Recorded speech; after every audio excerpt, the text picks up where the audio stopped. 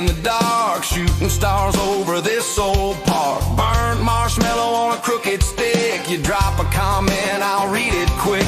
Switchback, sweat and summit haze. Drone shots catching all those rays. Feels like we're together, y'all, out here on Woodall Trails. Like and subscribe to Woodall Trails. Hit that bell so you don't miss the tales.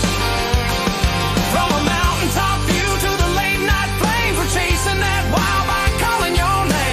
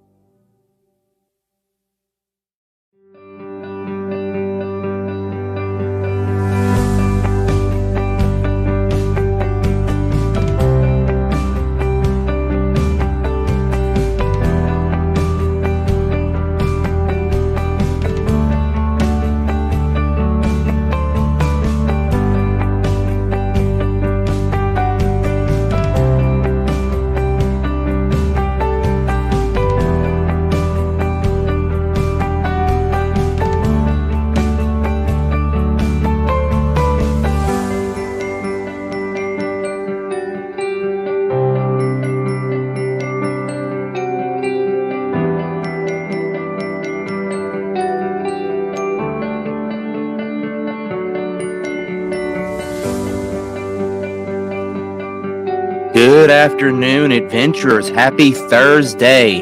How's everybody doing this Thursday? Quick mic check. Can everybody hear me?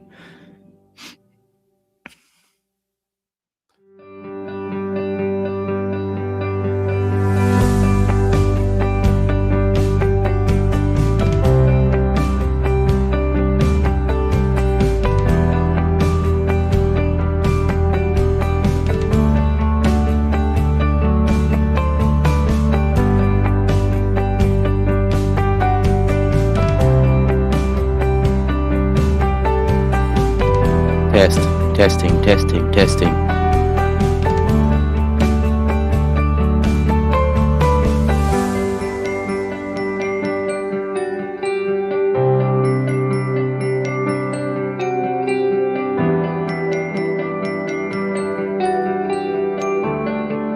Of course. Anyways, guys, happy Thursday once again. I want to thank everybody for joining us for episode 31 of Adventure Closet Talk. If you didn't catch any of that at the beginning, and you didn't because I had to refresh the page and that messes up the intro, you can catch my affiliate codes on my homepage there. You can find them. And guys, tonight we're going to talk gear, and more gear. And we got someone here that I'm going to bring in here in a little bit. He is, see where he is stepped away, so let's see if he's ready.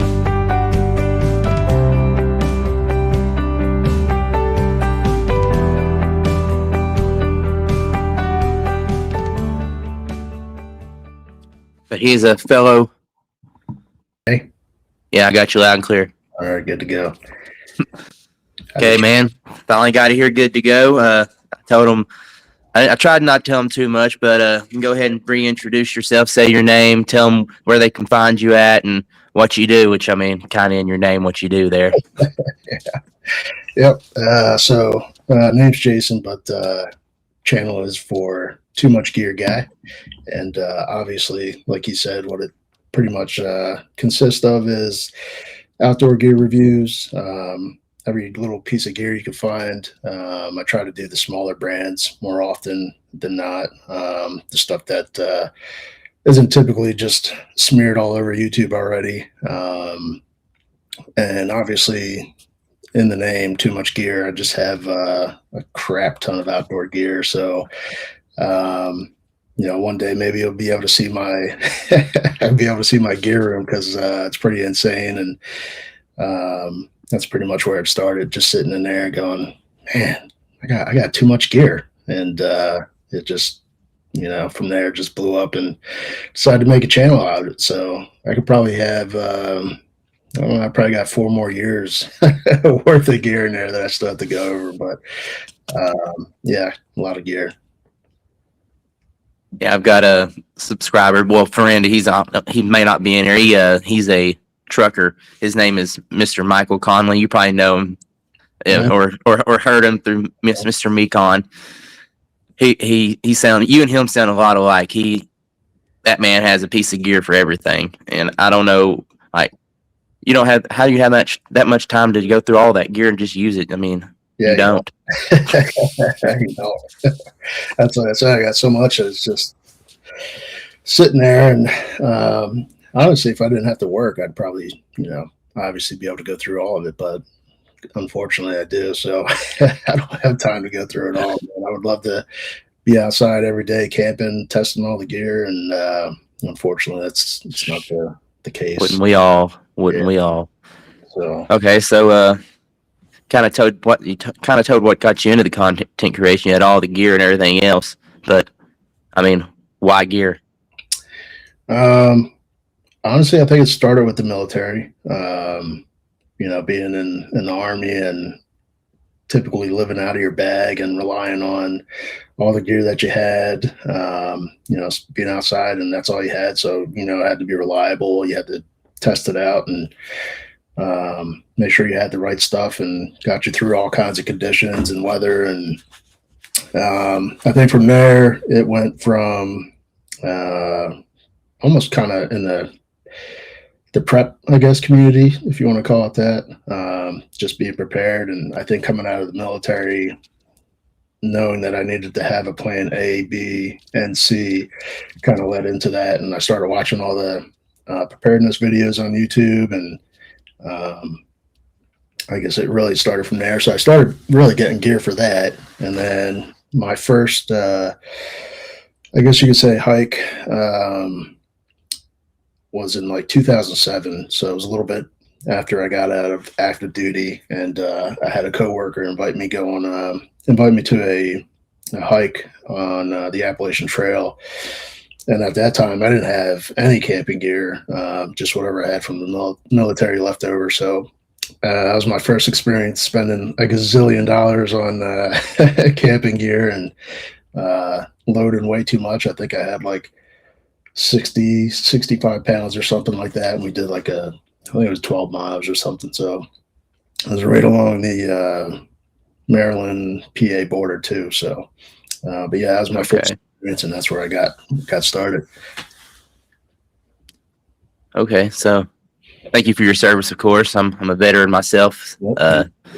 I guess you could say that kind of got me into it too. It's kind of funny. Not too far back, I was in a wreck and I was getting worked on by a doctor, and he's helping me out, getting my shoulder back in line and everything. And he's like, and I told him what I do, and I told him I was in the Army. And his first comment out of his mouth was, you liked rucking too much, didn't you? I don't know if anybody liked that too much. I was like, no, that's different. I was like, Yeah, I didn't care for that. This is a lot funner than that. At least this, you get to sit down when you want, eat when you want, and yeah, it doesn't, you can get the right gear for the right weather and everything. So yeah, it's a little bit different. You're not carrying a pack that rubs you in the wrong spot, and it's definitely not. It's made for everybody, not you. No, it was guaranteed 80, 90 pounds for sure. Yep. That's amazing. Isn't that crazy that we could carry that much and hike for miles? Now we're all, I need to go ultralight. I think that's the problem with my knees, is all that. Oh yeah, absolutely. That's the same thing. Okay, man. So continuing on here. So gear. What is the favorite piece of gear that you've ever gotten to review? And I want to know why. Favorite piece of gear. Let's see. I guess my go-to favorite of all time would probably have to be, and I think right now it's probably more recent than before, but it's a like a camp light. So it's an extendable camp light, and you can use it as a flashlight. You can use it as a table lantern. You can put it in a side pocket of your backpack and almost use it as like a spotting light for you as you're walking. And yeah, there's all kinds of uses for it. It's not the lightest thing, but it's great for car camping, and that's probably one of my top 5 here, and I can show you. So this one's by Bougie RB, I think it's pronounced. And there's all kinds of varieties out there now, but this is probably one of the better ones, I guess you could say. And so this is how it comes in the package like that. This one's different a little bit than the other one I typically use, but trying to, new things, too much gear, obviously. So you can see it extends out. And then the lights themselves can flip out. I've seen these. I didn't know what the name of it was, but I've seen it. Yeah, so this is like one brand, one version of it. Some have and those are cool. Just like the light on top instead of the extended lights like this. Those are perfect for overlanding. Like you can put them in, especially in your Jeep, whatever. So even on the bottom, Bronco, it's got the magnets on the bottom, so you could just stick it to the side of the car or anything metal, obviously. But yeah, this is definitely one of my favorites so far. So I don't want to blind everybody, but let's see if we can get it started. As long as the juice is good on it. But this is definitely top 5, one of the top 5 and all time for sure. So different versions. like I said, this one has the fold out arm, so you can use that if you need to, but probably should have tried charging it first. But yep, definitely this one. Mr. Darwin said his is his Hilltop fanny pack. That's I ain't gonna lie. When we get here in Little Big Darwin, I've got some Hilltop gear. I ain't gonna lie. We're gonna do a show and tell here in a little while. Hilltop gear, good one. And I just got some stuff from them as well. So you up there in PA as well, aren't you? Yep. So I don't know what it is. All you PA guys show up in my feed. I don't know. Like I see it, like Robbie, I'm like, I don't know where it came from. I guess where I've done a couple of hikes and done Maha and stuff up there, it just kind of just shows up. Yeah. It's there's a lot of us, that's for sure. I mean, it's a great place to hike too if you're okay with the the rocky terrain and good old Rocksylvania. Yeah, the worst. You got it. I've done a short section there, and it wasn't too bad. But I was in what they call Pennsylvania there. I think. Yeah, it's more of the central PA area, isn't it? Yeah. I mean, it depends on where you go. If you go northern PA, you'll hit more of the mountainous terrain, I believe, and then, but it's Rocksylvania, so it's all over the place, and there's some flat areas here and there, but not too much. Typically you'll come out with some bruised toes from stubbing them rocks all the time, and I think the worst hike I've ever had was, I think, Lehigh Gap, and that was pretty high elevation. There's a section of it that goes pretty much straight up, and I'm not a big fan of heights. So that was probably my worst experience, at least on a Pennsylvania trail. Talking about trail, favorite hike and why?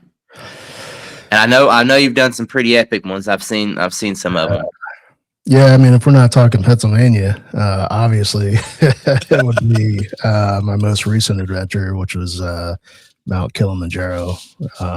Yeah, nothing that I've done in the past is going to compare to that, and that was in June, July of last year. So, really, yeah, I was. I only know one other person that's done that, and that's Mr. John Kelly. I don't know if you've ever heard of Backpacking Podcast.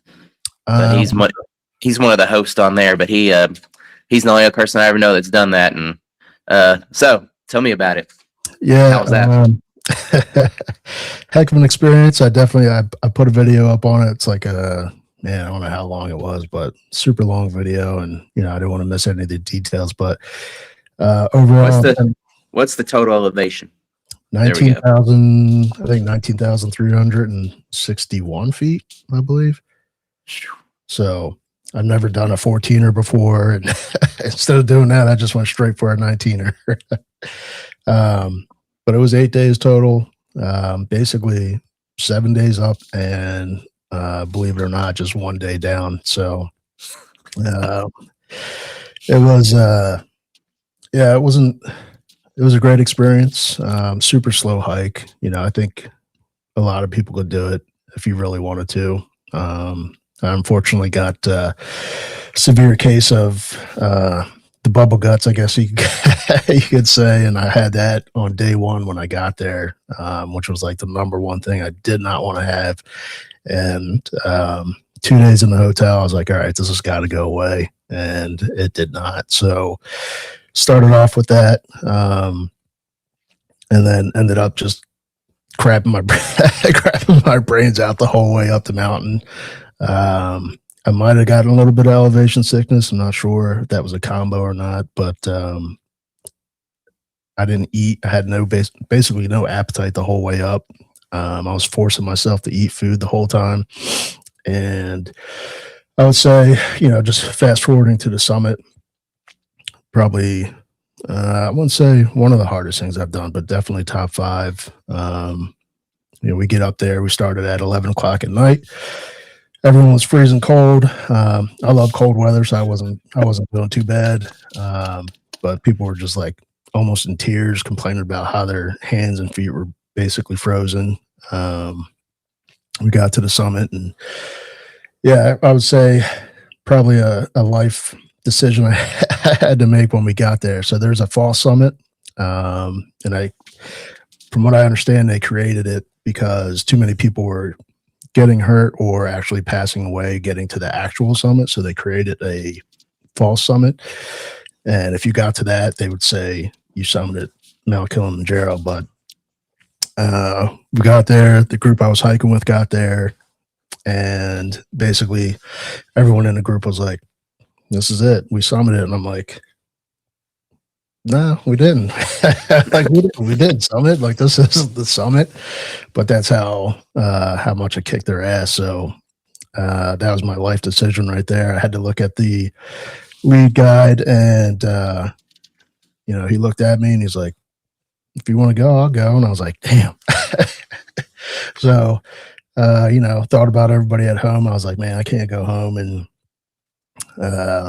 say I didn't summit after all this time." And so me and him ended up going, and probably about 2 hours later, finally got to the summit.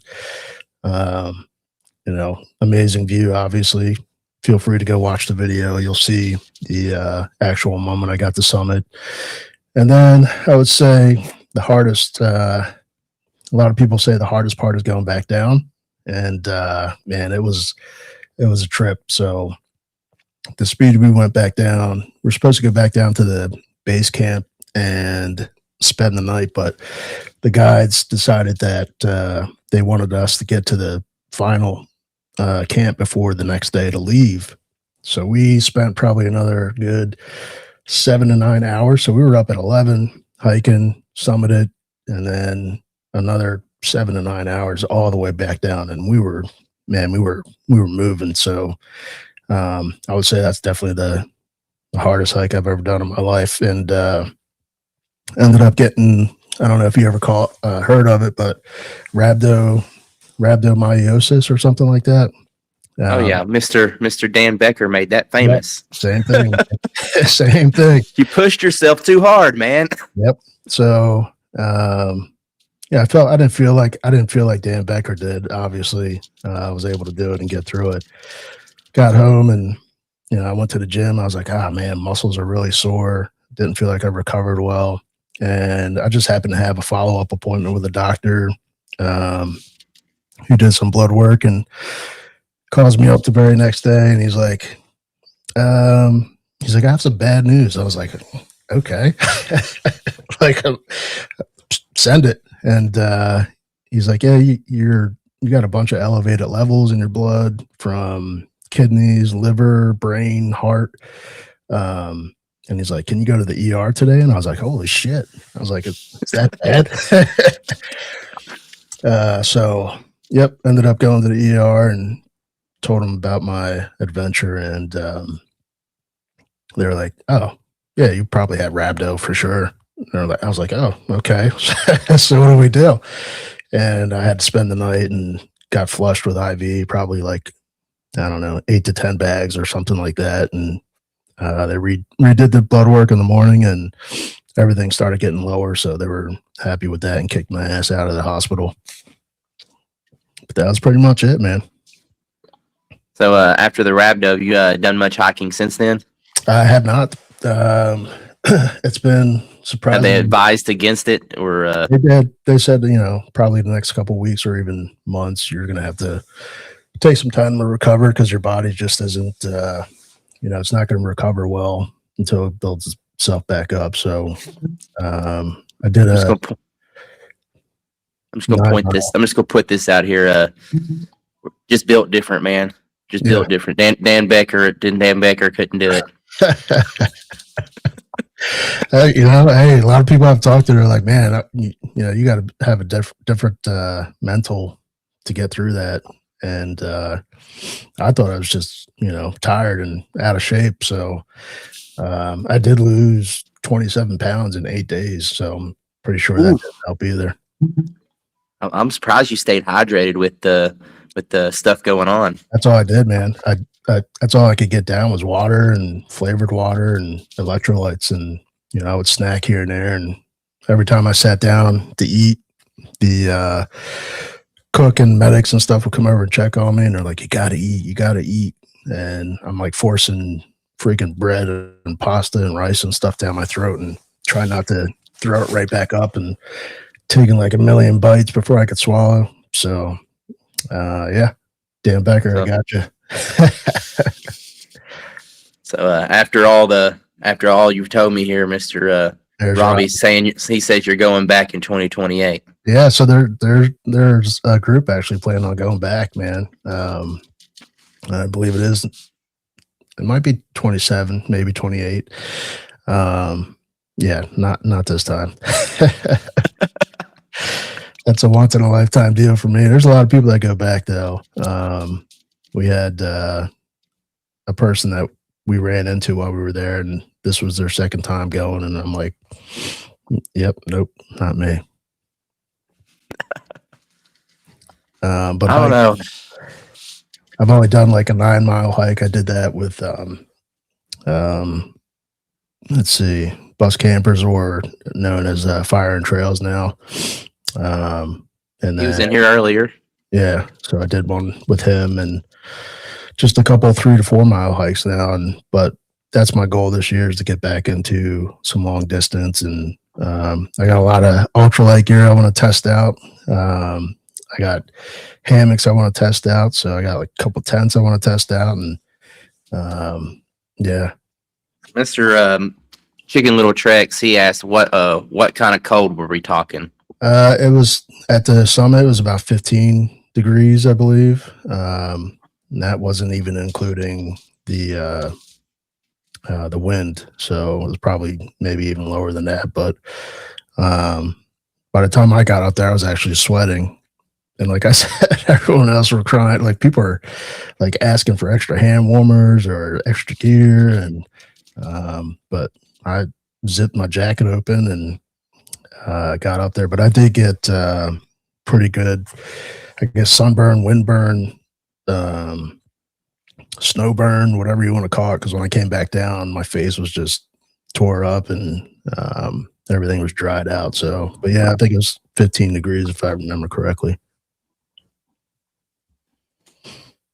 Okay, so talking about that, what was the temperature at the bottom versus the top? So you said 15. What was the base? Yeah, so it was all over the place. When we started, I think it was like 80, 85 maybe. And then as you make your way up, it goes, obviously it decreases, but 85 to start. So I'm sweating. I didn't think that. Definitely didn't help the first couple of days, because I'm just sweating bullets the whole time, and trying to drink as much as I can with the electrolytes. And finally, I think it started getting to like the 40s, and I was like, all right, this is great. This feels amazing. I feel like I can actually hike now without dying from dehydration or anything. The nights were really cold. I remember, I think it was our second night, getting up and going outside, and I had a t-shirt that was just, I sweated out the day prior. So I put it over the tent to dry off, and came back out the next morning. That thing was just frozen. Froze solid. Yeah. Yep. So a bunch of frost on the tent. So it got cold overnight. That's a pretty big temperature swing. Yeah, it's pretty insane. I mean, you go through all environments. You go through jungle, safari, and then to desert, and then to, snow and ice. There he goes. He just said, "Tell them about the different." There we go. He beat us to it, man. Yeah. He knows what you're gonna ask. What you're gonna ask, Mr. Other Jaison, Mr. Wild Millennial. He asked, when is he coming to Kentucky? I've been to Kentucky before, so I'll come down there again. I actually did some training down there at Fort Knox for a minute, and then came back. But yeah, I'd love to go down to Kentucky. And that was not my last duty station, but my when I came back from Korea, that was my duty station. I was stationed there for a few years, and then went there to. That was my first ever duty station. Was overseas Korea, and South Korea, right? Yeah. Were you in was it Yangsong or whatever it was? I actually was in Pyeongtaek, is where I Okay. was at. I was Okay. down at, and then but I spent a lot of time in Yongsan up there. I ain't gonna lie. Yeah. I bet you did. Every weekend. Yeah, buddy. That's funny. That's great. And then, like I said, Knox. Then I deployed out of there to Afghanistan, and then went to Fort Lewis and got out. Fort Lewis. Okay. And that's where I wish I would have been. I wish I'd have been in love with the outdoors. Like I loved it back then, but I wasn't a backpacker or a hiker back then. I was a hunter and a fisherman. I did hunt and fish out there, but I wasn't a backpacker or a hiker back then. Yeah, you definitely. Now I'm kicking myself in the butt. I'm like, man. Yeah, because I would love to go out there too. That's weird, isn't it? Because when I was in the military, I didn't even think about hiking and camping. I guess we looked at it as like a job at that time, But then we got out, and it's like, man, I missed out. Because I was in upstate New York with 10th Mountain, and I could have been all over the place, and I missed out. They ruined you right there. I'm just gonna say, it's cold. I think that's they don't make camping fun. Yeah, I think we had like negative 10-degree weather we were out in at least most of the time. I remember that's when rocking was serious. We had the Mickey Mouse boots on, and your eyelashes are freezing to each other while you're walking, and yeah, not a good time. Never. The furthest I ever went was a month. I did a month-long exercise in Alaska, and it was in April, and there were still feet of snow on the ground, and I was like, yeah, I'm good. I've got my fill. I ain't for the snow. That's why even you Pennsylvania boys, y'all could stay up there. I ain't coming up there after October. It's been a heavy winter for us, this one. I think we were due for it for sure. And I think we got, I don't know, I feel like some people got 18 feet, and then there's others that got like 12 feet. The first storm, the second one wasn't as bad, but we still got just a little bit of snow out there that's still trying to melt. But yeah, we got some heavy snow this year. See, y'all, you say feet, and I'm like, I'm here in Kentucky, and I'm like, or not feet, you mean 18, like inches, like 18 inches, yeah. Still, that's 18 inches here shuts down the state for weeks. You get a little bit of freezing rain, you guys are done. Oh yeah, nobody here knows how to drive either. It's the end of the world. Yeah. Mr. Mickey, he said, what coal cracker class did you take? I'm not sure what he means there. You might know. Yeah, so man, I had a good year. Now that I'm talking about it. So I did Mount Kilimanjaro, came back and did the so it's coal cracker bushcraft, and it's with Dan. I believe his last name's Womack, and he was on the show Alone. You ever heard of that? So he was on, I forget what season, but I think it was maybe season 3 or something. And he came out and started his own bushcraft course. So he sells a bunch of stuff. He does a bunch of courses. So I did the basic bushcraft probably a year and a half or 2 years ago. And then when we came back from Kilimanjaro, my buddy, hiking with Bear was like, we're going to go do the advanced bushcraft. And I was like, okay.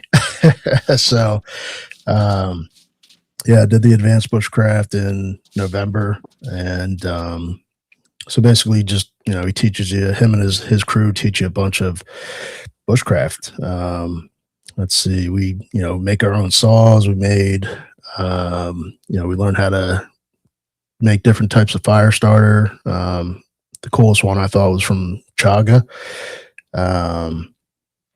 We did some pine tar as fuel, and then we did some tool repair. We made our own backpack frame. So, everything with a knife too, which is pretty crazy.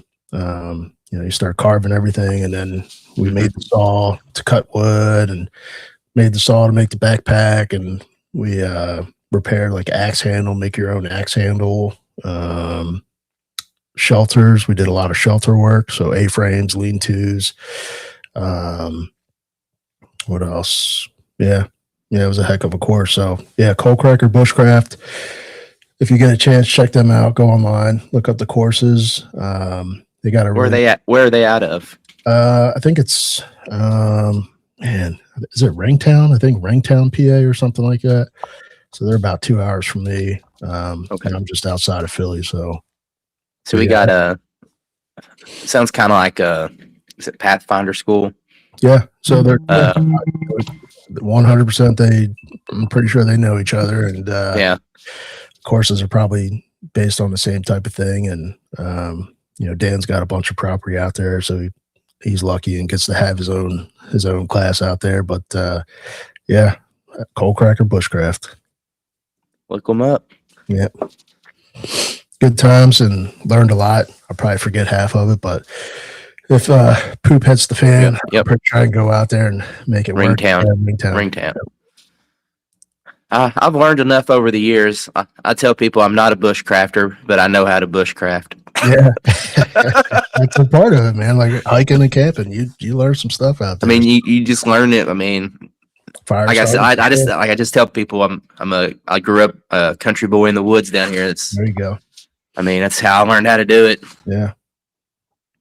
So, man, going on, we're gonna go on to back into gear here. Yeah. So, top 5 gear purchases for 2025. All right. So, I want you to show me yours, and then I'll show you mine. Yeah. All right. I like it. That's what I'm talking about. This is the Mazama Migo, and I don't know if you ever heard of.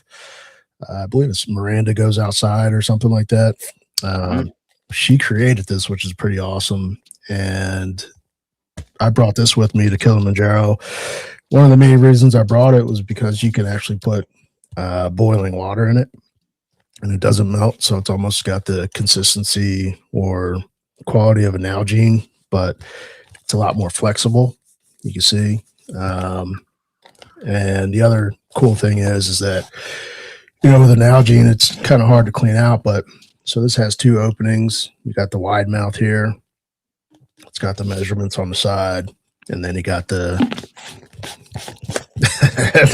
yeah. Robbie, you know all about that. Stop it. And then you got the sounds like these two on here. So this is my electrolyte buddy on that whole trip, and a lot of people use the smart water bottles, and this is kind of like a permanent replacement for that. So one question I got for that piece of gear: have you had any issues with leaking on it? Nope, none whatsoever. And you put it through its ringers. Oh yeah, like this is the clean one. I have 2 of them. The other one is the one I brought with me to Kilimanjaro, and that thing's still in great shape. But it's got a nice rubber seal on the inside, so no leaking whatsoever. And I used a different lid because the lid that came with it is loose. Mm-hmm. So I purchased this guy from Garage Grown Gear. It fits right on top of it. And is that the bottle that come from the people who make the Nobo bottle? Is that an igneous lid? I'm just gonna laugh if it was. Nope. This is unfortunately I forget the name of the brand, but I think it's just like a 3D printed lid. Mm-hmm. So there's a lot of 3D printed stuff coming out, and people are making a lot of money from that. Oh, I know. Okay, you want to keep on going there? Yep. So my next one will be the Petzl Actic headlamp, and Petzl's a really good brand. Tons of brands out there now. You got BioLite, FlexTail, Nitacore, of course. Yeah. Yep. So this thing here is pretty cool because it's got obviously a couple modes. Got a couple high, low, medium, but then you have a floodlight. Then you have the high beam, but then you also have let's see if we can get it.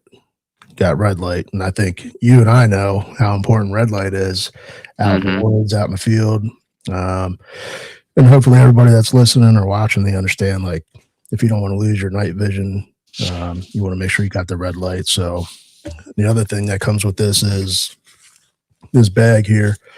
So you can put this inside the bag and basically hang it in your tent, or hanging off your ridge line on your hammock, and now you have a nice soft little lantern type thing going on. And the battery is really nice. It's rechargeable. This is it here. So it's a Petzl core battery. Plug it in USB style. This thing lasted me 7 days, so I didn't have to change batteries for 7 days. I was on the mountain. So Yeah, I had a Petzl Bendy. I liked it a lot. I just wished the USB port on it was the micro, and it after 3 or 4 trips it stopped working. Yeah, it's the same thing on this battery here too. I mean, this thing's been out for a while, but I rarely have to charge it. So 7 days. I usually charge mine. Well, I do put mine on the charger every night, even though I don't have to. I probably go a whole trip without charging it, but that's just out of habit. I'm waiting. I'd turn it on at night or in the evening and wait for it to run out. And it actually ran out on me as we were summiting, and the sun came up. So it was like perfect timing. I was like, oh, finally, it's dead, but sun's out, so I don't need it anymore. Let's see. What else do we got here? My sleeping bag. So this is the Cedar Summit Ascent. Let me see if I can find the label on this thing. It's a 15-degree bag. And again, obviously one of my favorite pieces. Brought it up on the mountain with me as well. Kept me warm the whole time. But So it's Cedar Summit Ascent. Yeah, there it is. The quilt sleeping bag. Nope. So it's a mummy sleeping bag, mummy style. You can. So this thing's it's like Is that 20 degree? It's a 15-degree. 15-degree. Yeah. So the cool thing is, like I said, it's like a transformer. So you can open specific parts of it. You can open just the bottom, and you can let your feet hang out and still have the rest of the sleeping bag closed. And then it has some side zippers where you can basically, you'll have your head here, and then your arms will go through the side, and you can almost, you stick your feet out, your arms out, and you can almost wear it around camp like a walking sleeping bag, pretty much. So very versatile. But it's kept me warm so far, and I'm a big dude. And when I look for a sleeping bag, I look for the wider ones with the wide shoulders. Regular mummy bag ain't cutting it for me. I'll pop out of that thing like nobody's business. And I know what you're talking about there. yeah, I prefer a quilt usually, but with that, it worked great and has so far. So I think that's what, number 3. Yep. All right. Let me see here. Number 4 is Nest Out. So it's a lighting system basically, and it comes with different attachments here. This will come off, and then you have your external battery. And with this, you can put a stand on it. It's got different, you could charge your phone with it, and then you can attach different lights to it. So this is like a, I don't know what you want to call it, but attach it to here. You can hang it with the D-ring, and then if you want to spend more money, you get it has more lights for it. Yeah, so you'll have this one. You can hang it from your tent, sit it on a table, charge your phone while you're doing it, and they make other stuff too, fans. They got cases, and I forget what else they got, but I use this more so for car camping. You said Nest Out.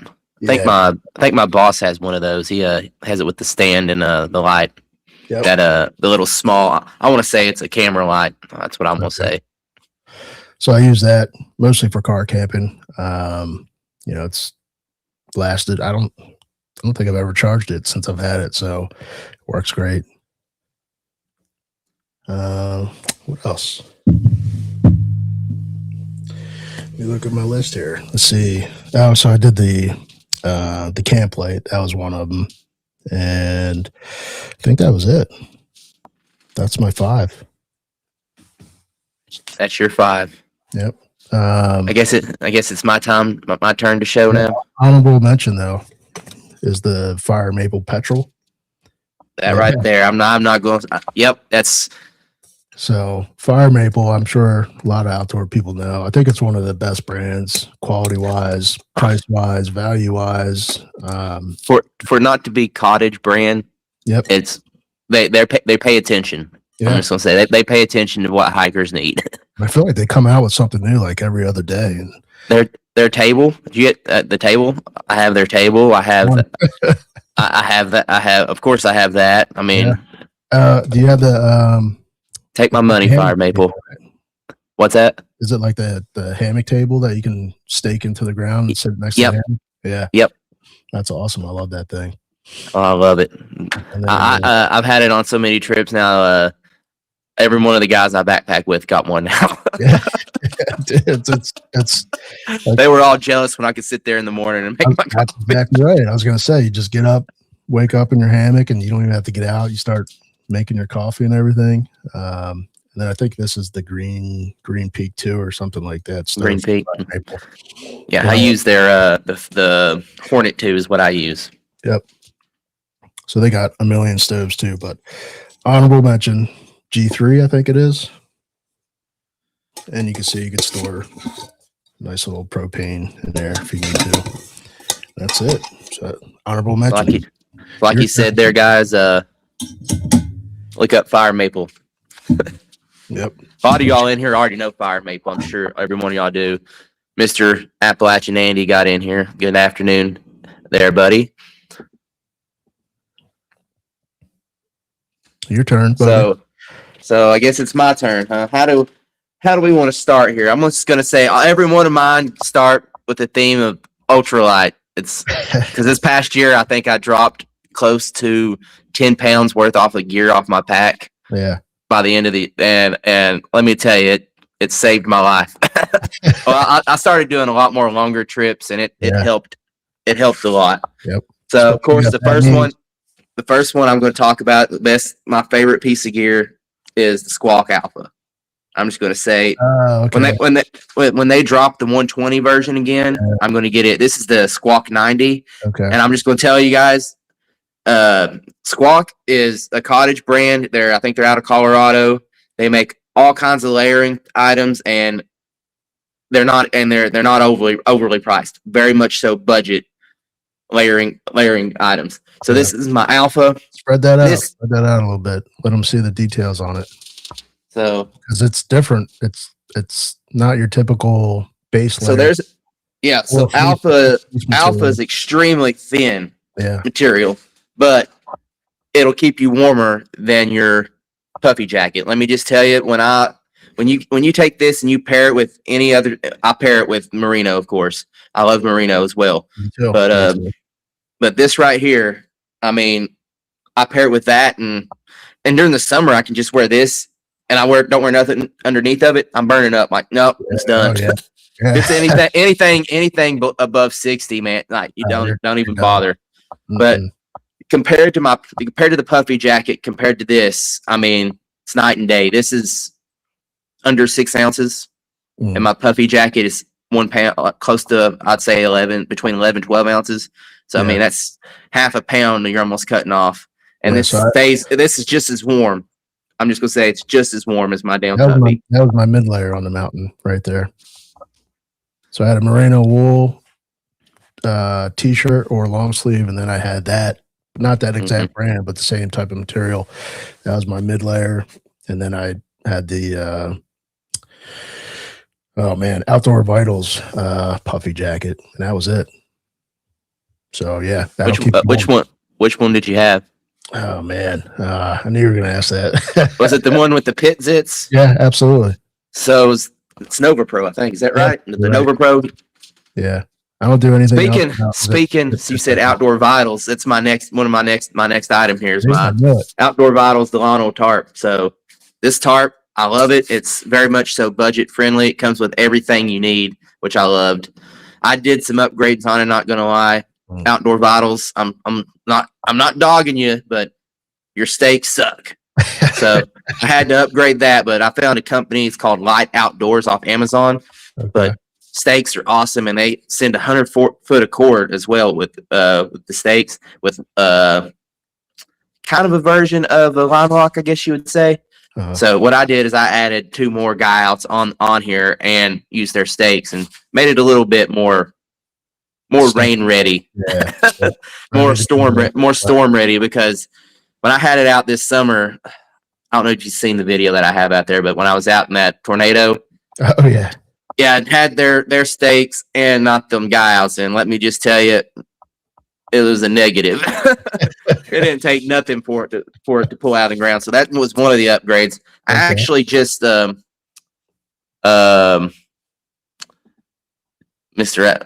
Chicken Little Trek said there. I had 2 of these, and I actually just took him my second one for him to have and use.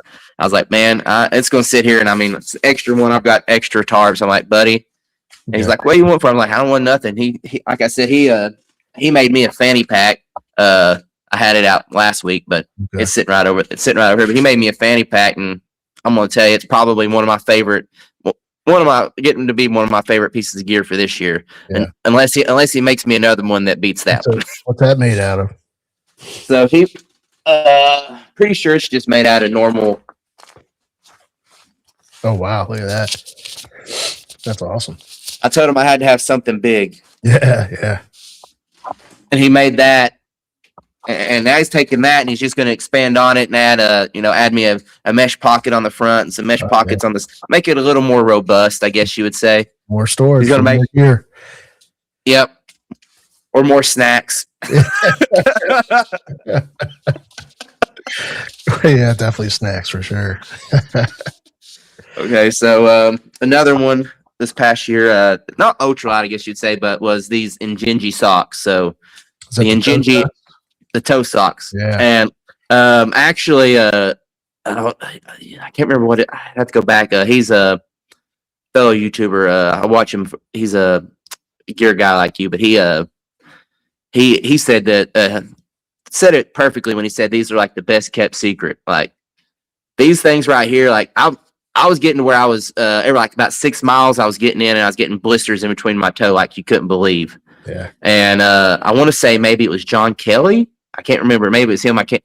And he's like, dude, try the Injinji toe socks. And I ain't gonna lie, I kind of dogged on them. I was like, who wears when I first got into hiking? But now I got them, and I mean, I love them. Like they're really good. So that's my third one right there. I wore those a Spartan run or something like that, and they did great. I love them. I mean, I got 3 pair, and and I'll replace them whenever they need to be. Yeah. Whenever your big toe starts sticking out. Yeah, my big toe starts sticking out. Yeah. So next one, going ultralight again, trekking pole. Got one right here because left the other one in Fiery Gizzard. I did that one time too, man. It got taken by the trail. Yep. So this is actually an Amazon buy. It's called the Carbon Stick MX4. These are only $60 for a set of carbon trekking poles and weigh 6 ounces, man. Yeah, so 6 ounces each. So this is, I mean, 5,200 for carbon poles. Yep. And they're very well made. They're made in Korea. So, I mean. Oh, yeah. That's good quality there. And I can tell you that I've seen some that other people have, and I would say this is every bit of $100 or more pole. Is that cork handles there? Cork handles. Okay. Yep, cork handles. It's which I didn't think I would like cork handles originally, but I mean I prefer it now. Yeah. And I mean I love it, man. And I'll get another set, but I only use one when I go hiking. So when I lose this one, I'll get a new set. There you go. I'm that hiker. I only use one because content creator. I always got a camera in the other one. Yeah. I would say there's a lot of good gear out there. It doesn't have to cost you $1 million either. Like I think I know. You just gotta take a chance maybe, but there's gear out there that's good quality and doesn't cost a lot. There's My companies chair. that are really good at marketing. That's all it is. My chair, I've got a $36 chair, weighs 1.3 pounds, and holds 260, and it's the most comfortable chair that I've ever sit in. All your ultralight chairs that I've found, they just feel like I'm going to break them. Don't they? I mean, they just ain't made for us, us full-figured fellas, is what I'm going to say. Yeah, I like that. We have Mr. Mike Mekon out there. I don't know if he's out here, but he's one of them too. And he's like, he hates every one of them. And he says, "Oh, you gotta get the high backs too." I'm like, I don't know. I'm just gonna. I do have my high back. I ain't gonna lie. I finally invested in one this year, thanks to Mr. Jeremiah Stringer. He always brings his, no matter what. And I swear, I think that sucker's probably 5 pounds, but he don't care. I think, he's one of the. Well, he brings the kitchen sink. The chairs are like the I don't know, the glamour type piece of equipment that people bring. And I forget who said it. Might have been Dan Becker too. He's like, I always bring a chair now. He's like, I won't go without it because I don't disagree, man. When you get out there and you get to sit on a nice little chair instead of like leaning against a log or tree or sitting on wet ground or something. I mean, there's ways. Even a stool. Even a stool. I'll bring a stool. Yep. We got Mr. Hammock Mountain out here. Good afternoon, Daniel. How you doing, buddy? Thanks for getting on. Hey, yeah. Haven't seen him in a while. He was on recently, right, for you? Yeah, he was on a few weeks ago after I done that first little stealth camp I did. Yeah. I don't know about that stealth camping yet. I'm still thinking about that, but I ain't gonna lie. I'm gonna do it again. I'm probably gonna do it on my way to Maha. I ain't gonna lie. Wow. That's risky stuff. So, it's fun to watch. I'll tell you that, though. I don't mind watching it. I mean, I've come to the conclusion: what's the worst they can tell me? Leave. Yeah, get out. Yeah. All right. I mean, I can only really get in trouble when I come back, unless there's a clearly posted sign somewhere. If I see that, guess what? I'm not going to do it. Yeah, makes sense. Have common sense. So, I guess I got one more item. Is that what I got here? So, my last item would have to be. One of my favorite companies for PA would be the Hilltop Packs 24/7 here. So this pack, I have definitely used it for a purpose that I don't think Ben intended it to be used for. That's my Temu sit pad back here in the back. So that made it a little bit more different. But that right there, I'm going to tell you, I added the 1-inch hip belt on it, and I can carry 25 pounds in it all day, and I love it, man. So it said all of his packs. He said it says 24 liters, but I swear it's 34 liters. Like, or every pack company out there is lying, and he's telling the truth. Yeah, it might be. I don't know, some kind of specific dimensions that they look at when they get that number. I don't know, but I always feel like the packs are bigger too. So yeah, there's no frame in it, right? Or is there? No frame. Weighs 17 ounces. Like I said, no frame, and it has no load lifters too. Wow. And I carry 25 pounds in it easily. Okay. Fits all of my 3-season gear, so I can basically pack from, let's just say April to end of October usually. Okay. So that's usually what I'll carry. That's my longer mileage trip backpack. Yeah. Or I'll also try using it. I'll also use it for my kayak camping because it fits perfectly in my hole.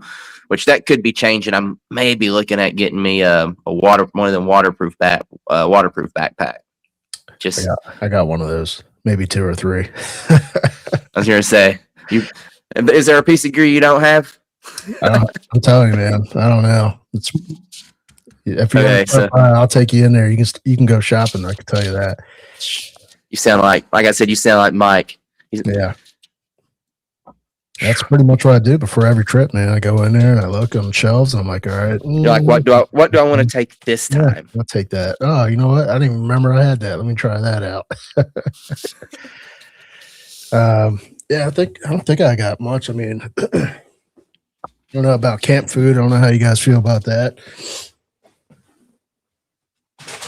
I'm gonna try a couple of these meals out. I figured I'd bring some of these just to show, but you got Trail Goods Company. You've heard of them? Yep. That's what I had when I went to Savage. I actually brought the The breakfast one, the scramble. My mind's going blank Yeah. right now. But It wasn't the Loco Moco, was it? yeah. I don't know why my mind went the Loco Moco scramble, and then I also had the pasta, that chicken pasta. Same Both here. of them, man. Both of Amazing, them were man. banging. I think he's coming out with some new meals, so I've been waiting to see what he's got going on because it seems like he's redoing the business and coming out with some Another brand. Have you ever heard of Kettle and Bowl? Oh yeah, absolutely. They're really good too. I like their flavors are on point. Yeah, I have. I think their chicken masala. I haven't tried that yet, but I got that out there. And then I got this is fairly new brand. Foundation Outdoors, and this is the Rise and Shine breakfast. I haven't tried that yet, but I did just make a video on one of their meals, so I'll be showing that pretty soon. But fairly new brand, but looks good. And then there's a generic Ready Wise beef bulgogi and kimchi rice. Huh. I'm trying that pretty soon, but you have to let me know how that is because I like the Korean food, man. Not gonna lie. yeah, see, that's why I brought it. I knew you would. But they Ready Wise, they do more of the prepping side of the food biz, and I think they just started making their trail food kind of, or at least making it a little bit more appetizing, I guess you could say. We had Daniel get on there and said he wants to win a trip to the gear closet. Yeah, maybe I'll start a contest or something. You can come out. Okay, man. So I'm gonna wrap things up here. One thing and that's it. You can get to pick out one thing and that's it. Yeah. Huh. That would be hard, man. It's too much to choose. Yeah, that's how I feel when I get ready to go camping. I'm like, man, I don't know what to bring this time, and let me bring. That's why I always bring too much. Ask Robbie. Just bring everything. But yeah, then when you get there, then when you get there, like I said, like we done in the gorge. I mean, it's a mile and a half hike back to the car, maybe two, if that. Mm-hmm. I'll go back to the car if I want something that bad. Yeah. I mean, that's a mile ain't really nothing. No, not at all. When you talk about it. But man, I want to wrap things up here, and this is going to be something new that I'm going to start doing, and we're going to call it Woodall Trails Would You Rather. Okay. So I'm going to start posting, guys. I'm going to start posting some Would You Rathers out there every week. I'm probably going to do 5 of them, and y'all are going to choose them. So that's what we're going to do. I got the 3 this week because I didn't post it. It's something new, but it's what we're going to do. It's going to be Woodall Trails Would You Rather. I've got 3 of them here for you, man. Uh-huh. So we got the first one. Would you rather have a skunk spray your tent on the last night of a 3-day trip, or a raccoon steal your food the first night of a trip? Oh, I'll do the raccoon because I'm just going to take everyone else's food then.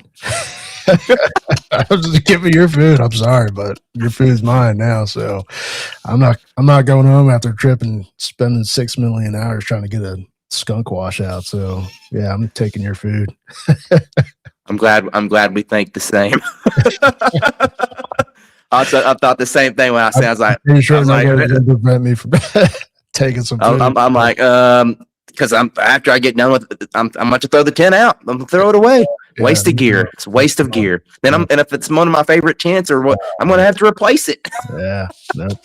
Food's, you can last 3 days without food. So, but Robbie agrees. He says, "Def the raccoon." Yeah. Good question. Okay, so we got next question. Would you rather wear the same pair of underwear for a week-long trip, or eat dirty plates on dirty plates? I'll do the week long. I'm pretty sure I've come close to it anyway, so I'll do the week long underwear versus eat off a dirty plate. I'd rather, especially after having the experience I've had, crap my pants out every single day and chances of getting sick off a dirty plate. Yeah, I'll live out of some underwear for a week. And then hopefully the merino wool brand, because then they won't be as funky. I wear merino wool brand, and that's what I do. I'll take them. I carry 2 pair, and when I get to camp at nighttime, I put my clean pair on, hang my other pair up, and hopefully it don't get frosted during the night. They hold the stench, man. It's amazing. Merino wool is amazing. So I'm like you. I'm dirty. Nope. I've had the and like if you've watched that last video, Mr. Jeremiah, he got the poo-poos, and I've had it and I don't want it. I mean, and that's a good way to get it. And Mr. Hammock Mountain Daniel, buddy, you're gonna get something. I'm just gonna tell you. Nope. You must like having E. coli or something. But definitely, I think I probably wore. I mean, if I have to, I can throw the underwear, and go without them. Yeah, you're going commando. If it gets bad enough, you can just go without them. Yeah, and then if you're eating off of dirty plates, you're gonna have to end up changing your underwear. You won't be able to wear them for a week.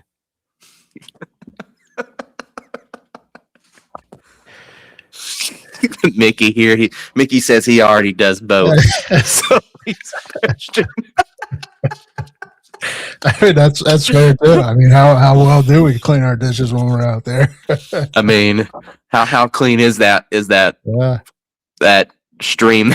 I mean, someone could be right above there, just peeing right in it. Goodness, man.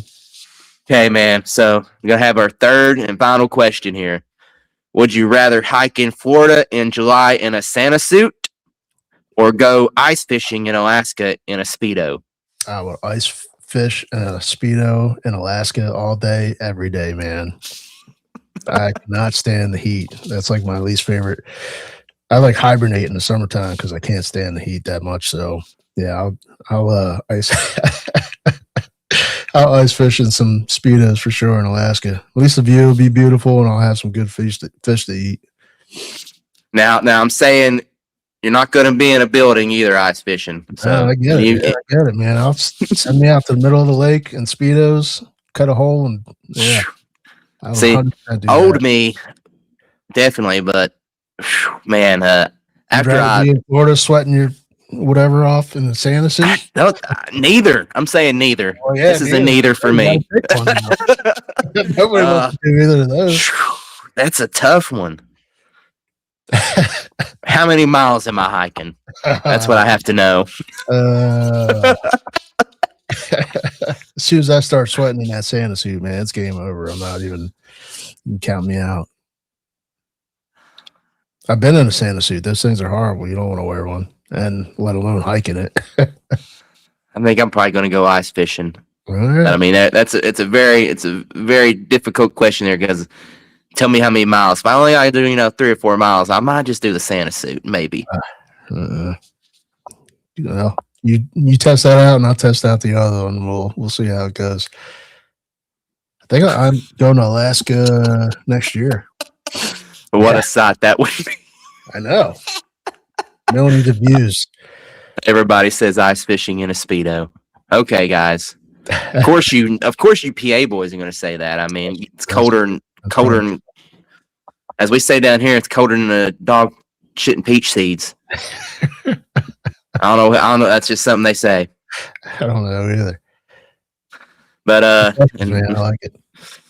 But thanks, man. Thanks for getting on here and talking gear with me this week, and thanks for enjoying this new little format. I'm trying to get a little more organized here. You see my book here. Trying to get a little more organized with it, and good questions, some entertainment there. I like it. But thank you, man, for getting on here. Go ahead and just tell everybody where they can find you and what you do. And yeah, so I'm all over. Let's see, Instagram, Facebook, YouTube, obviously, and then even on that TikTok that all the kids love. And yep, I got some stickers here. Maybe I'll give those out next time. Meet up with everybody and get out and hopefully meet up with everybody on the channel here. And then outdoor gear reviews, man. I'll be putting up a bunch more. I probably have like 50 in the bank still that I haven't even touched yet. As far as editing goes, I'm actually in the middle of editing the Coal Cracker Advanced Bushcraft course, so that should be out hopefully by the end of the week, or at least, I'm hoping by Sunday. And then, that's pretty much it. And I do a podcast on the side too with my buddy. It's called Nailed and Screwed. So if you're interested in listening to that, it's about the construction and flipping business and all the crazy ass stories that goes with that. So feel free to check that out. I'll have to hear that. It sounds pretty interesting. When do y'all do that? Is it live or is it like a recorded? Yeah, it's recorded. I think we got 11 episodes out now. We had to take a little break there because of my trip, and he actually flipped his own house, so that took a while. But we just started getting back into it, and we're up to episode 11. I like it, man. Nailed and screwed. I'll definitely remember that. But yeah, appreciate it. Hope everyone enjoyed it. Go subscribe and check out the channel. Hey, man, thank you for joining. I want to thank everybody out there for joining us tonight and listening to us rant and rave about gear and do some show and tell and finish off with some would you rathers. But adventurers, I'm going to let him say good night, and I'm going to say keep on adventuring. All right. Thank you.